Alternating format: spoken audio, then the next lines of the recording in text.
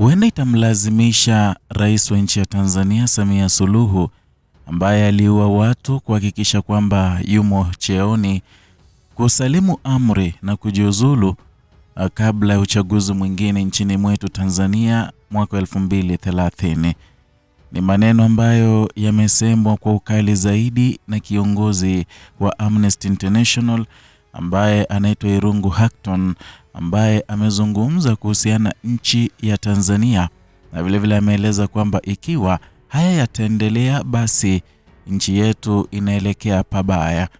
Irungu alikuwa anahojiwa katika kituo cha televisheni cha Citizen pale nchini Kenya, alipokuwa anazungumza haswa akirejelea matamshi yake Samia Suluhu aliyoyatamka juzi wakati rais wa nchi hiyo William Ruto alitembelea nchi yetu Tanzania. Kukawa na kikao, manake alisema kwamba kilikuwa ni kikao cha kuangalia maendeleo nchini Tanzania, na hapa Samia Suluhu akataja akimwambia kwamba akirudi nchini Kenya, ikiwa wale Gen Z, wale kikundi cha vijana ambao wamezoea sana kuandamana, awapige mikwaju, na vile watakapoenda nchini Tanzania ama watakapokuja nchini Tanzania wapigwe mikwaju.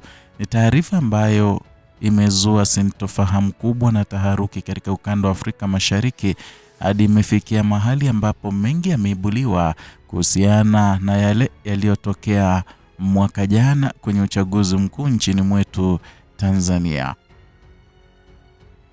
Kulingana na Irungu, Hackton alisema na kutaja kwamba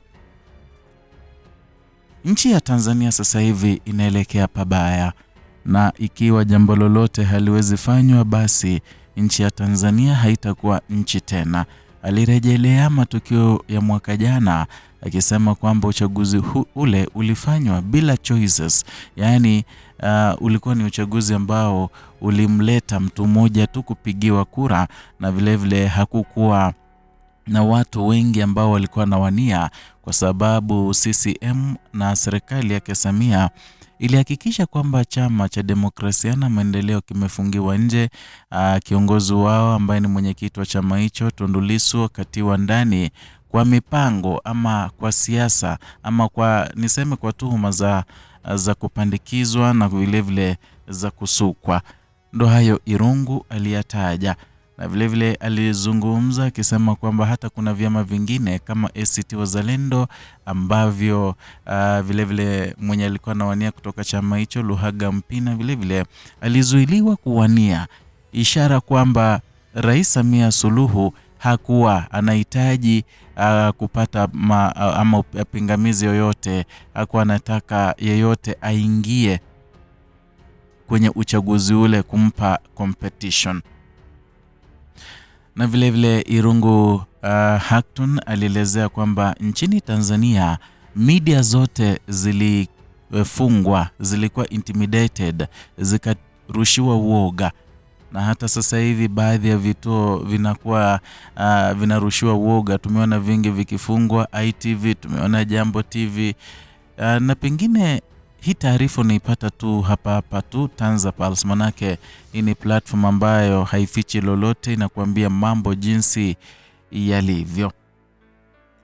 Na vile kumbuka kwamba kulikuwa na watu ambao waliuawa, na Irungu Hackton ameeleza wazi kwamba kulikuwa na binadamu wengi waliopoteza maisha kutokana na yale yaliyotokea mwaka jana, na anataja na kusema kwamba ana uhakika hadi hakuna idadi ya watu ambao waliaga dunia kabla ya uchaguzi ule kufanyika na hata baada ya uchaguzi ule kufanyika. Tutazame video hii. Hundreds, if not thousands of people have died in the 4 days after the elections. We know that the media was intimidated from being able to report on these cases. We know that human rights defenders were arrested. We have many cases of people who have been killed, who have been forcibly abducted. And it's not just average protesters. What we're talking about is people as senior, for example, as the Secretary General of the Catholic Episcopal Conference, Charles Kitima, among others. We've got people who had ambassadorial positions who found themselves attacked. We've heard stories from people like Sativa and others. Naam, Na kisha alizidi kwa kuzungumza kuhusiana mengi yaliyotokea mwaka jana, akinyosha kwa kidole cha lawama akisema kwamba kuna watu ambao waliuawa mwaka jana. Kuna watu miili yao ilipatikana mtoni, mingine ikapatikana kwenye barabara. Na vile nikukumbushe kwamba hivi karibuni tu kulikuwa na mengi ambayo yalitokea, ambapo kuna mzazi aliyezika mwanawe bila kichwa. Ni yale ama niseme ni mwendelezo wa yale ambayo yanazidi kutokea nchini Tanzania, na jinsi Irungu Hacktun anavyosema, anataja na kusema kwamba kuna wengi waliouliwa mwaka jana, na vile kutaja kwamba kuna wale waliopigwa kama Charles Kitima, Father Charles Kitima vile alipigwa sana mwaka jana, na ila hadi wa sasa hakuna yeyote ambaye amewajibishwa. Na vile tulikuwa na Sativa ambaye alikuwa anazungumza bila uoga, anazungumza yale alikuwa moyoni mwake.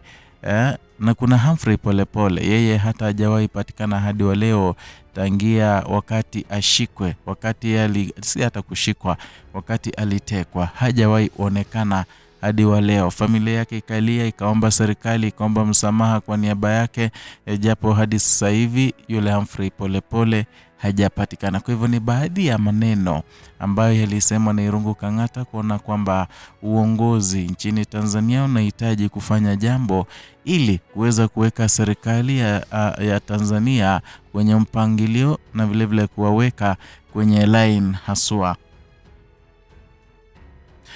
Na kuna mengi ambayo aliyataja kwamba hata wanaharakati, kulikuwa na wanaharakati wa kutetea haki za binadamu, pia wao walifurushwa, wengine wakatoroka, wengine wakakuwa abducted, wakafanyiwa unyama. Na haya yote yanaonyesha kwamba huyu kiongozi, huyu mama, huyu Samia Suluhu anaongoza kwa mabavu, na vile ni kama ameharibia wanawake wengi nchini, ama niseme kwenye ukanda wa Afrika Mashariki, ambao walikuwa wamedhamiria kuunda serikali, ambao walikuwa wanadhamiria kuwa marais. Manake sasa hivi imekuwa wazi kwamba mwanamke anaweza kuwa hatari zaidi kuliko hata bwanake, anaweza kuwa hatari zaidi kuliko hata mwanaume. Ndipo hapa walisema kwamba nchini Tanzania tuna mama anajua mambo, anajua uchungu wa mwana, manake kabeba mimba pia. Lakini ikatokea kwamba yeye ndiye anatoa amri kwamba vijana wauliwe kwenye ama vijana waweze kuuliwa kwenye yale maandamano ambayo yalifanyika mwaka jana, na kisha baadaye akaja kujipiga kifua akisema kwamba wale wote ambao waliandamana, waliouawa ni watu ambao walikuwa wanataka kuleta instability katika serikali ya Tanzania. Kisha na vile anakumbuka kuna wakati alisema kwamba alisema kwamba wale ambao walikuwa wanaandamana, wale vijana, wale hawakuwa wa Kitanzania, na kwamba wale walikuwa wametolewa nyumbani, ama niseme pale Kenya nyumbani, waje kuandamana nchini Tanzania. Ni baadhi ya maneno ambayo alikuwa anayataja, na inaonekana sasa imekuwa kejeli, manake yale yote ambayo yalikuwa yanatarajiwa kufanywa kidogo hayajafanyika. Na ukizingatia yale ambayo Samia aliyataja angeyafanya wakati John Pombe Magufuli aliaga, naye kuchukua na nafasi hiyo na wajibu huo kama rais wa nchi yetu ya Tanzania, ukizingatia yale yote hayajafanywa. Sijui na maoni gani mpenzi mtazamaji, la uweze niandikie ujumbe mfupi kwenye comment section, na vile gonga alama ya kengele ndipo usipokee taarifa zetu kila wakati tunapokuletea taarifa mpya.